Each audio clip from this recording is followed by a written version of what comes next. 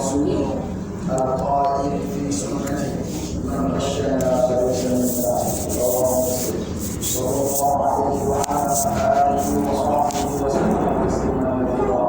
اما بعد، يا ايها الذين امنوا اتقوا الله حق تقاته ولا تموتن الا وانتم مسلمون. فاوصيكم ونفسي بتقوى الله تعالى فهي وصيه الله لعباده اجمعين. يا ايها الذين امنوا اتقوا الله وقولوا قولا سديدا يصلح لكم اعمالكم ويغفر لكم ذنوبكم ومن يطع الله ورسوله فقد فاز فوزا عظيما.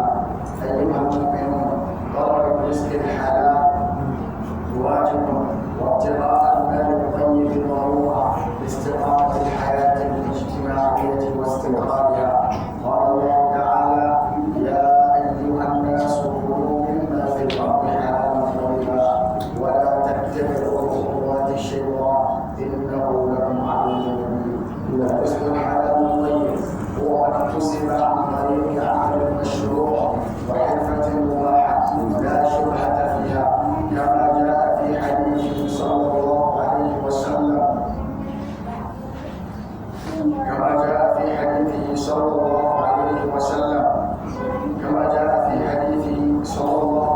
وسلم وبينهما امور مشتبهات لا يعلمهن كثير من الناس، فمن اتقى الشبهات فقد استبرأ لدينه وعرضه وماله، ومن وقع في الشبهات وقع في الحرام. والمال الحرام رزق خبيث لا بركة فيه، وهو مانع من استجابة الدعاء، لأن الرسول صلى الله عليه وسلم يقول: إن الله تعالى طيب لا يقبل إلا طيبا، ولا يرفع إليه من العمل إلا ما كان خالصا لوجهه سبحانه. وقد ذكر لنا رسول الله صلى الله عليه وسلم على رجل يقول بيده إلى السماء: يا رب يا رب، ومطعمه حرام ومشربه حرام وملبسه حرام وغذي بالحرام، فأنى يستجاب له. رواه مسلم. عباد الله، لا بد من جمال الظاهر وطهارة الباطن وصفاء النفس وسلامة الصدر والصدق في القول والعمل والتعامل مع الناس. فقال صلى الله عليه وسلم: إن الله لا ينظر إلى أجسادكم ولا إلى صوركم ولكن ينظر إلى قلوبكم. رواه مسلم. ولعل من أعظم ما ينظر عليه القلب من المساوئ الغش، لأنه آثار اجتماعية خطيرة على الأفراد والمجتمع، والغش من كبائر الذنوب وعظائم المعاصي، ويدل عليه أن فاعله خبيث النفس أسود القلب ضعيف الدين.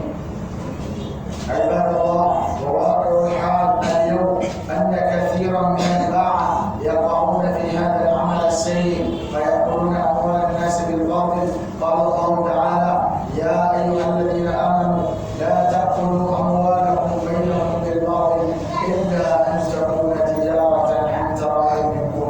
كم من الناس يبيع سلعته بالحلف الكاذب واليمين الفاجر ويخدع ويغش ويكذب ويخون، ورسولنا عليه أفضل الصلاة والتسليم يقول: المسلم أخو المسلم ولا يحل لمسلم باع من أخيه بيعا فيه عيب إلا بيعه.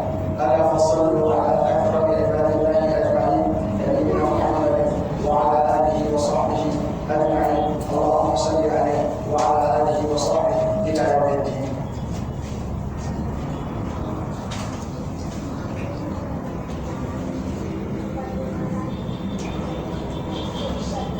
بسم الله الرحمن الرحيم.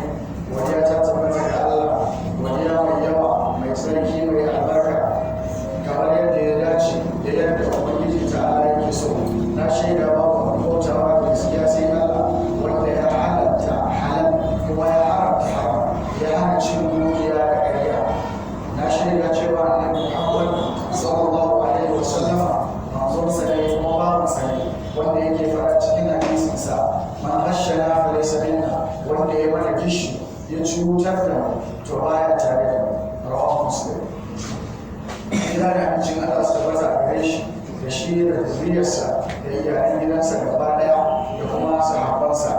Bayan haka ya ku bayan Allah, ina yi ma kaina da kuma ku wasici da mu ji tsoron Allah. Allah ta'ala yana cewa ya ku waɗanda suka yi imani ku ji tsoron Allah, kada ku yarda ku mutu face kuna cikin musulmai. Allah ta'ala yana cewa ya ku waɗanda kuka yi imani ku ji tsoron Allah, ku faɗi magana wacce take daidai, wacce take mai kyau. Allah zai gyara muku ayyukan kuma zai gyara muku zunubanku. Duk wanda ya ma Allah da manzansa biyayya, hakika ya yi babbar. Ya kuma ne ku sani neman arziki na halal wajibi ne, kuma neman dukiya tsarkakakkiya wajibi ce, domin miƙar da rayuwa ta al'umma gaba ɗaya da kuma tabbatarta. Allah ta'ala yana cewa ku ci daga cikin abin da muka azurta ku da shi a bayan ƙasa, wanda ke halal kuma wanda ke mai tsarki. Kada kuma ku yarda ku bi hanyoyin shaitan, domin shi abokin gaba ne ga gani a gare ku. Dukiya ta halal ita ce wacce aka daidaita ta aiki wanda Allah ya shar'anta, wanda Allah ya yarda a yi. Akwai ayyuka na halal, akwai ayyuka waɗanda suke na haram. Sannan kuma ta zama sana'a ce wacce take halalun ne a yi ta, wacce babu shubuha a ciki, kamar da Annabi sallallahu alaihi wasallam ya bayyana cewa lallai tsakanin halal da haram akwai al'amura masu rikitarwa, wanda da yawa daga cikin mutane ba su san su ba. Wanda ya fada cikin waɗannan abubuwa masu rikitarwa ne, wanda ya kaurace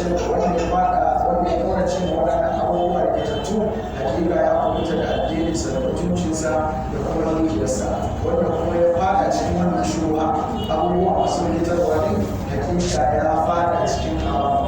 Dukiya ta haram ita ce wacce babu albarka a ciki, ita kuma take hana ita ne addu'a da yake karba masa. Annabi sallallahu alaihi wasallam yana cewa, Allah ta'ala yana cewa,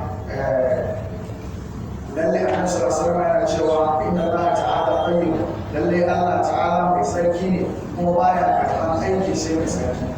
Annabi sallallahu alaihi wasallam ya ambaci wani mutum cewa mutumin ya tsawaita tafiya, kuma wanda ke kan tafiya addu'a sa karɓiya ce. Wannan mutumin yana cikin gizo, yana cikin kura, ya daga hannaye sama yana cewa ya rabbi ya rabbi ya ubangiji ya ubangiji. Alhali kuma abincinsa haramun, tufafinsa haramun, sannan guzirin da ya yi na tafiya haramun, ya ci abincin haramun. Allah ya ce ta ina za a karɓa masa wannan addu'o'i? Daga cikin abubuwan da ya sa muke ta addu'a ba a karɓa akwai cin haram ciki. Bayan Allah sani babu makawa sai mun nemi kyau na zahiri da kuma tsarki na bani, sai mun nemi wato kukutan zukata, sai mun nemi kukuta da na abin da kiraza.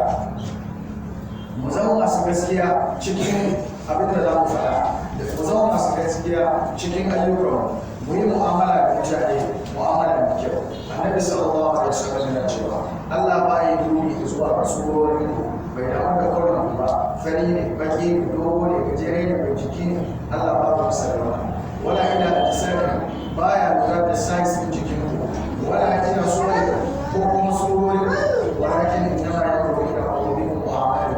Abinda Allah yake lura da shi shine irin zukatan, tsarkin zukatan da kuma kyawun ayyuka. Daga cikin babban abin da yake da muni da kuma ɓata zuciya da kuma ɓata ɗabi'a da mu'amala da ɓata zamantakewa a kan ɗaiɗaikun mutane da kuma al'umma gaba ɗaya, kuma yana daga cikin manya-manyan gabaɗayan zunubai wanda suke hana mutum shiga aljanna. A cikin wato akwai algishu. Algishu shine ka haɗa abu mai kyau da mara kyau ka sayar wa mutane. Wanda yake aikata wannan kuma hakika ya tabbata mai mummunan rai, kuma ya tabbata mai bakar zuciya, kuma ya tabbata mai raunin addini. Duk wanda yake aikata wannan, bayan Allah ku sani cewa halin da muke ciki a yau yana daga irin waɗannan musibo da muke jawo kanmu. Allah ta'ala yana cewa ya kuma da kuka imani, kada ku ci dukiyoyi tsakaninku wato da ƙarya, sai dai in kasuwanci ne wanda kuka yi a tsakanin da cikin yarjejeniya. Ba mu ne ka sayar wa mutum magani ka san maganin nan baya ka sayar masa shi ka hada, ko kuma maganin gida ne ka hada da na bature ka sayar masa, haramun ne wannan. Haramun ne mutum ya zo ya yi ta rantsuwa a kan abu, a haɗa manja da wani abu, a haɗa zuma da wani abu. Duk al'ummar da suke wannan abu ba za su taɓa cin gaba har abadan umurin a koma wani, har abadan umurin a yin balaga. Annabi sallallahu alaihi wasallam yana cewa musulmi nan ko musulmi ne, haramun ne musulmi ya sayar wa ɗan uwansa musulmi wani abu alhali abun yana da aibi bai gaya masa abu ya ne. Za ka sayar mutum mashin, injin akwai matsala ka gaya masa. Za ka sayar mutum mota akwai matsala ka gaya masa. Za ka sayar mutum abinci akwai matsala ka gaya masa. Annabi sallallahu alaihi wasallam ya zo sayan wani abinci, sai ya sa hannunsa a cikin abincin da ya duba, sai ya ji abin a jike. Ya ce wa mai abincin, yaya aka yi ka jika shi, ya jika shi mafi yawa. Ya ce ai ruwan sama ne ya rufe shi. Ya ce da ka ɗebo jikakken kanuna a mutane, in za su sayi jikakke su sayi jikakke.